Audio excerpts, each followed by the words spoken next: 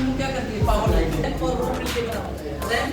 RAM का पूरा नाम होता है रैंडम एक्सेस मेमोरी और रोम का पूरा नाम होता है यही होता है ना, दोनों मेमोरी होता है।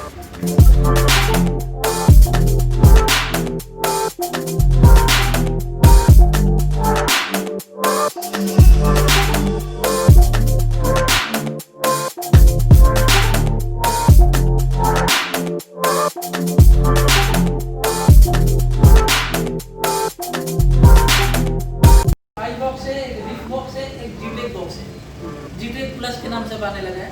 तीनों का नाम लिख लो। सबसे महंगा ये जीटेक है, 24,000 के समथिंग आता है, ठीक है।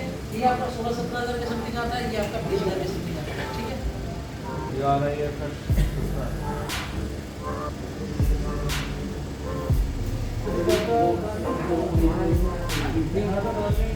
सब इसी से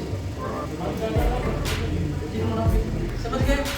अब ये आपकी नेटवर्क ऐसी है, ये ऑडियो ऐसी है, ये आपकी चार्जिंग ऐसी है, डिस्प्ले ऐसी है, ये सब अलग अलग है ऐसी। अब जैसे मान के चलिए आपके बोर्ड पे यदि नेटवर्क ऐसे खराब हो जाए तो आपके फोन में क्या प्रॉब्लम आएगा, प्रॉब्लम आएगा ना। यदि आपकी ऑडियो ऐसी खराब हो जाए तो रिंगर माइक स्पीकर काम नहीं करेगा, यही काम करेगा।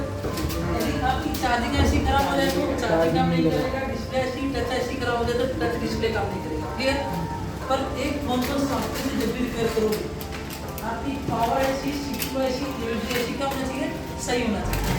जो हम सॉफ्टवेयर डाल रहे हैं ना, यदि मान लीजिए पावर ऐसी खराब हो जाए ना तो सॉफ्टवेयर नहीं डालना, समझ में आ गया।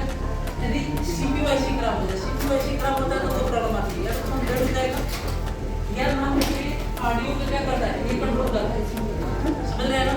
यदि आपका माइक काम नहीं कर रहा है, क्या नहीं काम कर रहा है, माइक काम नहीं कर रहा है,